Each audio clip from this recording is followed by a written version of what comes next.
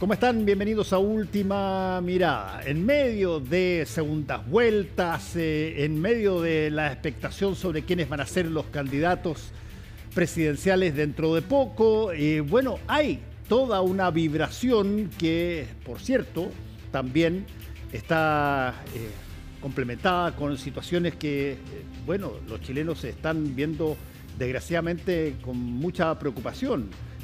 Atentados en las calles, problemas de delincuencia, la situación económica compleja en una serie de materias. Vamos a conversar con el diputado de Renovación Nacional, Diego Schalper, quien ha estado varias veces conversando con nosotros, pero cambia de tanto en tanto el estímulo. El foco, claro. El foco. El estímulo, buena pregunta. El estímulo.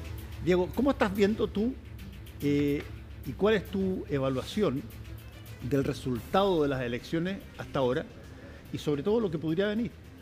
Mira, primero que todo, bueno, saludarte. Contento, Fernando, porque aquí hubo un mundo dentro del cual yo me cuento, y por eso traje este documento que se llama Unidad por el Cambio, que creemos que para que Chile le vaya bien hay que volver a traer la conversación hacia la moderación, pero una moderación que tenga identidad. O sea, en el fondo, en general la moderación se presenta como en oposición al extremo. Te dije, yo no soy esto. Y lo importante no es que no es usted. La pregunta es que es usted. Claro. Y yo creo que ahí Evelyn Matei y otros más han ido diciendo, mire, hay que construir una centro derecha con identidad.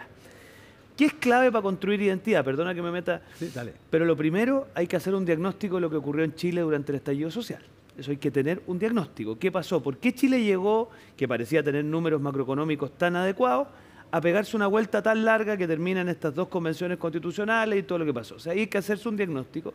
Hay que mirar qué está pensando la clase media, qué están pensando los sectores populares, cuáles son sus temas, cuáles son sus angustias y a partir de ahí construir una propuesta con identidad. Y yo creo que en las elecciones municipales dimos una primera muestra de que la centro-derecha, RN, la UDI, Chile Vamos, Evópoli, por supuesto, puede construir una propuesta con identidad. Y veo con entusiasmo que Evelyn Matei, a través de Juan Luis Ossa, de Idea País, de otras expresiones, está construyendo una propuesta política con identidad, que creo que la centro-derecha es lo que necesita para enfrentar. No lo metiste a los republicanos, y te lo quiero decir porque esta mañana en CNN Chile Radio entrevistamos a José Antonio Kast.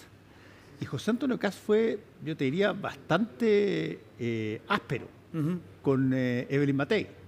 Y desde ese punto de vista da la sensación de que algo que podía haber cuajado de alguna manera no tiene todavía qué sé yo, las dimensiones de una coalición que se presente unida, por ejemplo, para la presidencia. Sí, lo que pasa es que yo creo que Republicanos representa un proyecto político distinto en los tonos, en las formas, en los escenarios. Yo creo que Republicanos respondió, y la alza que tuvo en su minuto, a un momento de polarización en Chile, donde en Chile básicamente lo que parecía quererse eran posiciones muy ortodoxas, por ponerlo de alguna manera. Yo tengo la sensación que la ciudadanía lo que quiere hoy día es claridad en las posturas, pero al mismo tiempo moderación, capacidad de diálogo, capacidad de solución de problemas. No solamente denunciar de manera elocuente una determinada mirada, sino que ser capaz de construir una cosa con chasis mayoritario. Y por lo tanto, yo creo que representando proyectos políticos distintos, hoy día la centro-derecha es la que tiene capacidad de alcanzar mayorías en Chile. Y por lo tanto, lo que observo es que el electorado de derecha dice, mire, yo puedo en algún minuto determinado haber buscado algo más ortodoxo, si usted quiere, pero lo que hoy día necesitamos es algo que tenga capacidad de construir mayoría, pero desde una identidad firme, clara, y en eso está. Ahora, convengamos una cosa, Diego.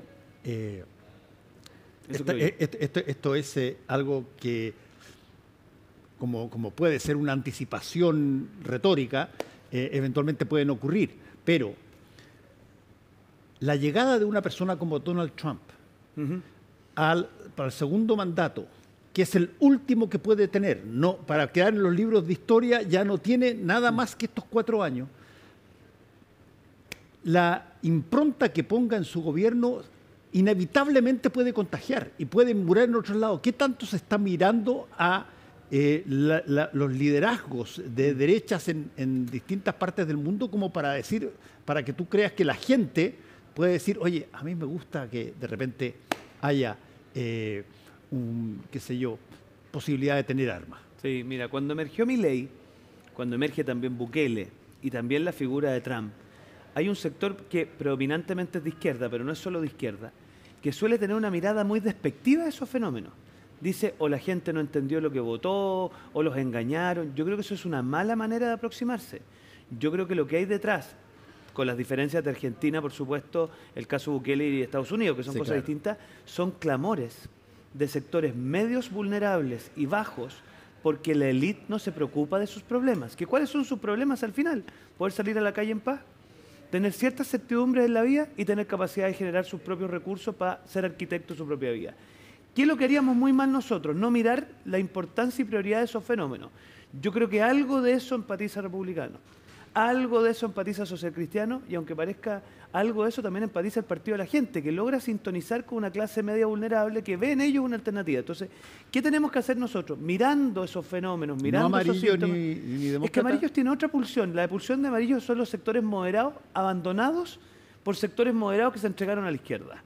Ese es el mundo que se entusiasma con Cristian Barken, con la Jimena Rincón, que también tiene un tremendo valor, son sectores más bien de clase media, sectores rurales, pero el mundo que nosotros tenemos que mirar y que empatiza con esos otros sectores, tenemos que darle una respuesta, y esa respuesta se llama foco en materias de seguridad e inmigración, foco en generación de empleo y emprendimiento, foco en gestión y respuesta por parte del Estado. O sea, mucha de esa gente depende en gran medida de su vida de la gestión estatal y encuentra un Estado negligente, con desidia, con poca eficacia, y por lo mismo el programa de gobierno que le ofrezcamos al país tiene que mirar esos fenómenos, no para replicarlos. Yo no creo que tengamos que ser una especie de réplica de segunda línea de ese liderazgo, sino que más bien enfocarnos en esos fenómenos. Diego Chalper, que el mundo en general, antes de que entremos a cosas precisas,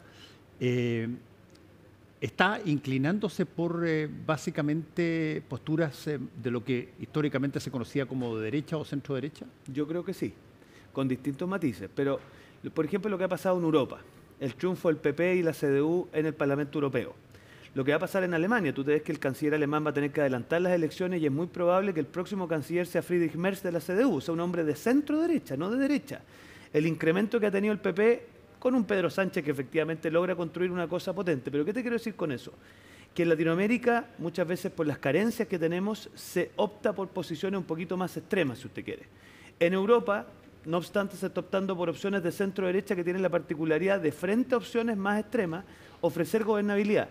Yo creo que aquí en Chile, siendo un país más tendiente a la moderación, tenemos que mirar lo que le permite el auge a estas posiciones más extremas, darles una respuesta efectiva y dar lo que a veces los sectores extremos no pueden dar, que es gobernabilidad, estabilidad y no tanta polarización. Ok, todo eso tiene que ser tiene sentido lógico, pero cuando se introduce una variable como inyección a eso, que es la guerra. Sí, claro.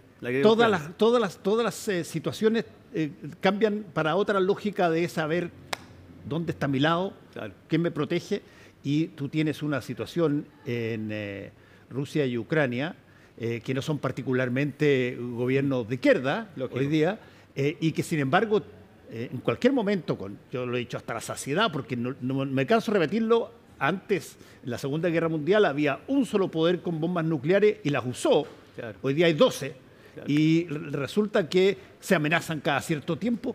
¿Qué tanto eso puede hacer que los procesos tradicionales, democráticos de los países, independientemente de quién gane, sean de alguna manera mirados como una cosa trivial o inconveniente? Mira, es interesante tu pregunta porque yo creo que apunta a dos problemas claves para la sociedad que nos va a tocar vivir a nosotros. Uno es el problema de la incertidumbre.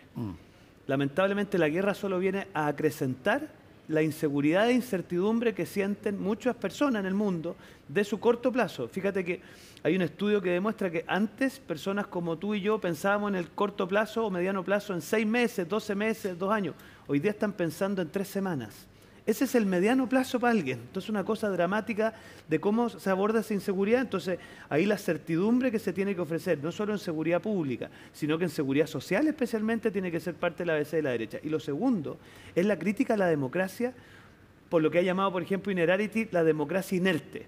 O sea, esta gente que dialoga y dialoga y dialoga, pero nunca resuelve los problemas. Entonces, ¿sabe qué? Yo no quiero más diálogo, quiero que venga alguien y que desde una posición más autoritaria, si usted quiere, me resuelva los problemas. Entonces, los desafíos para la democracia de tener eficacia y los desafíos de las élites políticas de sintonizar con las problemáticas cotidianas de los que padecen la inseguridad es fundamental, Fernando, porque si no se produce una disociación entre las élites dirigentes y las ciudadanías que terminan normalmente o en populismo o en autoritarismo. Bueno, tú conoces perfectamente bien el mundo europeo, estuviste Tuve la suerte, estudiando en Alemania y todo lo demás. ¿Cómo ves esa situación hoy día? Porque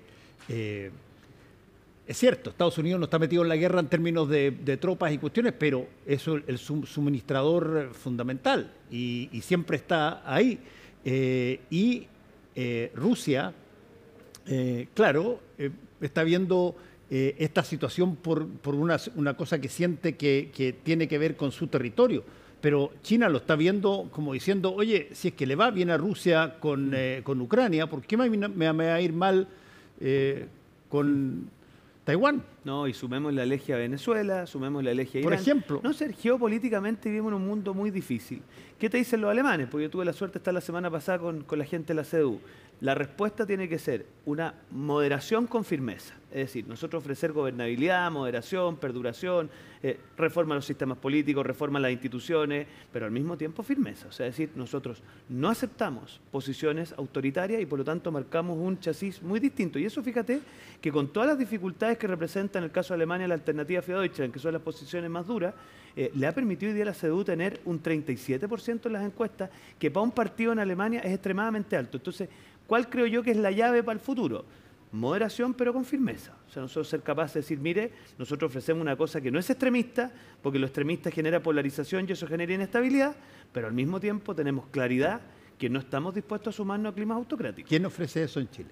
Hoy día lo estamos tratando de construir desde Chile Vamos, con mucho entusiasmo y obviamente con muchos desafíos de corto plazo, pero yo creo que Chile Vamos ha ido dando con esos tonos en la medida en que nos exijamos que la próxima candidatura presidencial, más que ser de alguien, sea de algo, de un contenido que le ofrezca esperanza a Chile, porque creo que ese es el problema que tenemos hoy día. En Chile no hay una hoja de ruta, como lo ha dicho por lo demás Landerreche, que se lo ha dicho hasta el cansancio, no hay una hoja de ruta clara, y creo que Chile Vamos tiene que ofrecer una hoja de ruta más clara. Y desde ese punto de vista, Diego, alguna vez lo conversamos, pero creo que es relevante para lo que está pasando,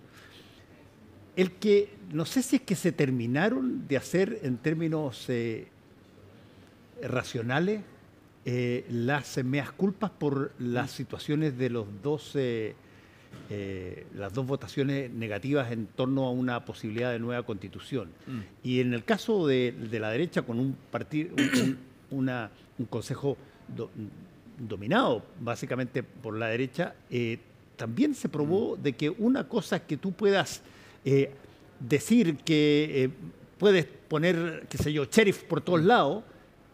La gente espera aparentemente otra cosa. ¿Qué es lo que espera? ¿Qué es lo que, qué le faltó a la derecha para poder sacar su proceso constitucional? Sí, mira, yo en este modesto documento lo que intento decir es que la primera, comillas, autocrítica y reflexión que hay que hacer es respecto del estallido. O sea, ¿qué hizo que un país que tuviera cifras macroeconómicas tan destacadas terminara en lo que terminó? Y eso hay que mirarlo con mucha atención.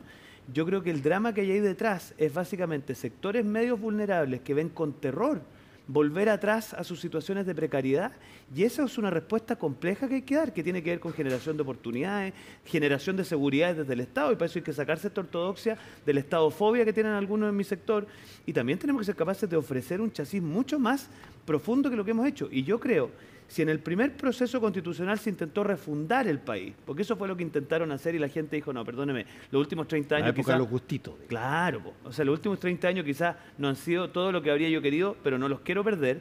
Yo creo que en el segundo proceso constitucional nosotros no fuimos capaces de entender que para construir mayorías usted tenía que empatizar con ciertos sentires sociales, de superación económica, de desarrollo integral y inclusivo, que no están en las posiciones ortodoxas. ¿Y qué tanto esas elecciones, Diego, están o se ven en las elecciones que ocurren ahora, las segundas vueltas, las posibilidades de... Si tú me preguntas a mí, el momento clave para eso va a ser la elección presidencial, porque ese es el momento en que un conglomerado político tiene que decirle al país, mire, esta es la hoja de ruta que yo le quiero ofrecer. Y ahí yo creo que el trabajo que está haciendo la persona que lo refleja es Juan Luis Ossa, pero hay un grupo importante de gente, de los cuales conozco muchos de ellos y en los cuales he estado participando de alguna forma.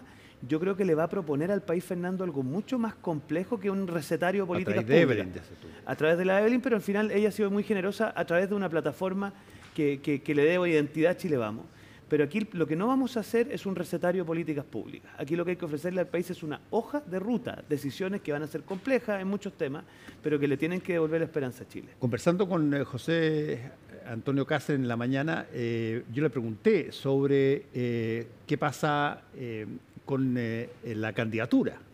Y él ahí planteó de que él estaría dispuesto a una primaria siempre y cuando hubiese más candidatos dentro de su propio partido, como ocurre en lo demás. Pero aquí dijo, la verdad es que no hay discrepancia en quién tiene que ser el candidato, en este caso él.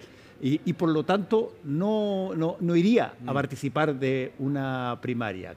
¿Cómo ves tú esa relación? No, lo que pasa es que, Fernando, sinceremos de una vez la conversación. Legítimamente, en lo que podemos llamar las oposiciones, hay distintos proyectos. Hay proyectos que son identitarios y proyectos que son mayoritarios. Ambos muy legítimos. Unos aspiran a interpretar una minoría para ser influyentes en los consejos municipales, en los consejos regionales y el día de mañana en el Parlamento. Si mira usted la estrategia de la municipal, va a identificar inmediatamente quiénes son esos partidos. Y otros son proyectos mayoritarios. ¿Tú estás diciendo que los republicanos son eso? Yo creo que los republicanos legítimamente aspiran en este minuto a tener más concejales que a tener alcaldes. Porque los alcaldes tú tienes que tener una lógica mayoritaria, tienes que congregar a mucha gente. En cambio, en los consejos municipales tú tienes que apostar a tener un grupo de gente que te apoye. Yo lo considero extremadamente legítimo y además considero que la siembra que han hecho hay que mirarla con mucha atención. Los proyectos mayoritarios, en cambio, lo que tienen que lograr es concitar voluntades de gente distinta en pos de construir un proyecto futuro. Y creo que Chile Vamos lo que tiene que hacer, después veremos el mecanismo, pero tiene que apostar a hacer un proyecto con vocación de mayoría y con identidad, que no es fácil, pero esa tiene que ser nuestra aspiración. Tú has aportado ahí en términos, si tú quieres, intelectuales de la política, con un programa bastante, Evelyn Matei ha hablado de situaciones que son parte de un esbozo de programa que lo hiciste tú. No lo he hecho yo, no, ahí sería muy presuntuoso de mi parte. A ver, aquí hay un grupo de gente, Fernando, que llevamos mucho rato planteando ciertas cosas. La más visible y la que a mí me hace sentir más orgulloso es el principio de solidaridad, porque de verdad considero que es muy importante para la ecuación que tenemos que cerrar. Y sí, pues para mí fue una alegría cuando en el programa de gobierno del segundo gobierno del presidente Piñera la gente no se acuerda. Pero el cuarto pilar era crecimiento justo y solidario. Y la palabra solidaridad el presidente Piñera la entendió como la clase media protegida. La pensión garantizada universal, perdóname Fernando, es una expresión de solidaridad. Sí. Cuando en la sala Cuna Universal el presidente Piñera decía que los que no tienen hijos tienen que aportar a financiar la sala cuna. A algunos les bajaba urticaria, pero eso es solidaridad a la vena. Y así sucesivamente. Entonces, ¿qué es lo que creo yo?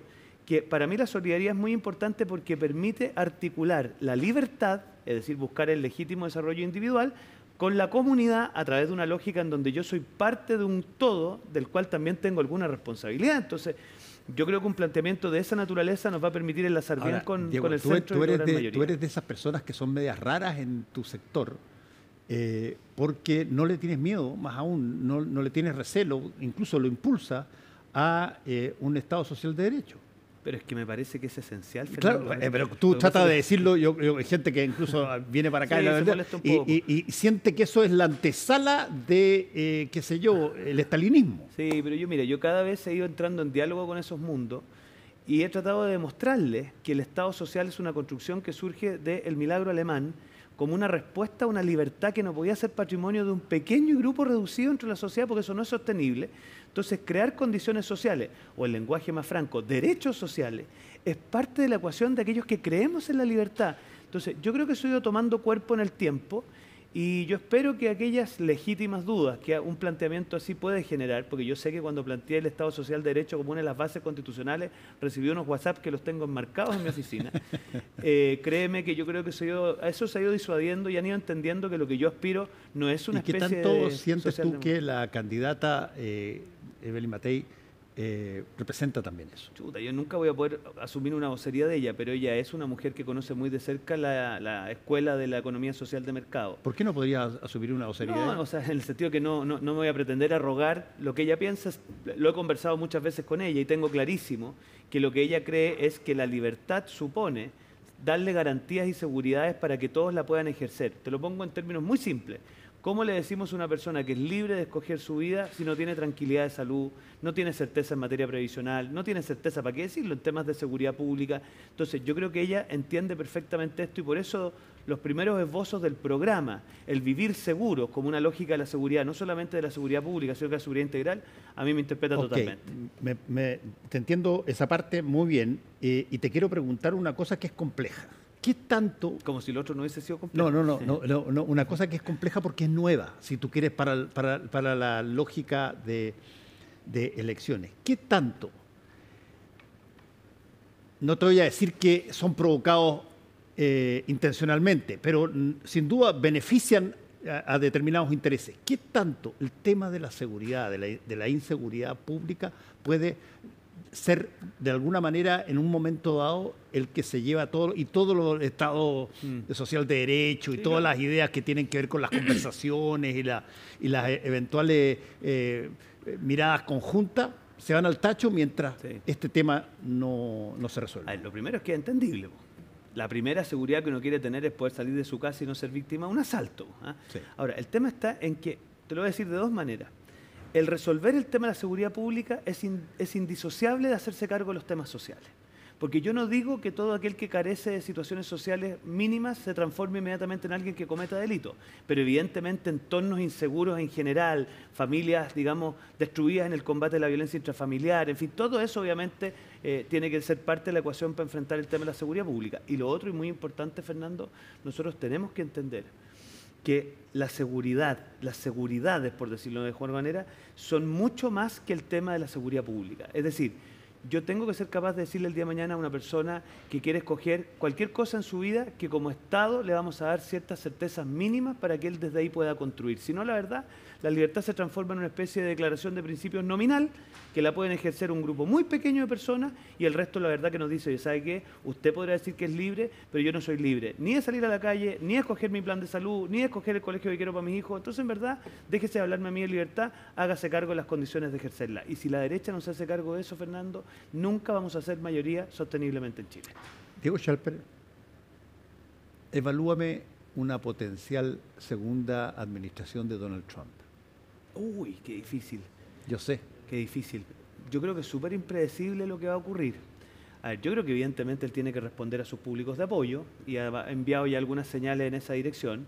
Me da a mí la impresión que en materia política internacional vamos a tener un 2.0 lo que fue su primer gobierno, es decir, lógicas más proteccionistas que en realidad a nuestro país no le hacen especialmente bien. Yo espero que él, ¿cómo decirlo? Yo creo que el mundo polarizado que tenemos nos hace muy mal a todos y por lo tanto ojalá esta segunda, por decirlo así, posibilidad donde ya no tiene esa ansiedad de tener que reelegirse después, en fin, lo haga lo que le pasa muchas veces a los gobernantes en los segundos mandatos, que se transforman en más estadistas. Salvo que quieran estar en los libros de historia para siempre. Sí, bueno, no, mira, yo creo que para mí es todo muy impredecible. Sí te confieso que cuando yo miro al Partido Demócrata o la izquierda norteamericana, yo creo que ojalá les sirva para darse cuenta que mirar despectivamente los fenómenos sociales y pretender darles una lectura sobreideologizada los tiene desconectados. Fíjate que guardando las proporciones, porque hay que guardar las proporciones, pasa lo mismo cuando, por decirlo así, insultan a Francisco Rego aquí por su origen socioeconómico, por su capacidad de gestión, porque dicen, ¿este a quién representa? ¿Te fijas? Y yo creo que en eso hay cierto sector de la izquierda que es muy despectiva de estos fenómenos y que los desenchufa de los dramas cotidianos de muchas personas. Y creo que eso, desde la derecha también tenemos que hacernos nuestra autocrítica, pero hay que ir en búsqueda de esos sentires también. Diego Schalper, una vez más, muchas gracias por haber estado con nosotros conversando acá. No, gracias a ti, Fernando. Que te vaya muy bien. Nos vemos mañana, tempranito, en CNN Chile Radio y, por cierto, estaremos también con ustedes en Última Mirada. Hasta luego.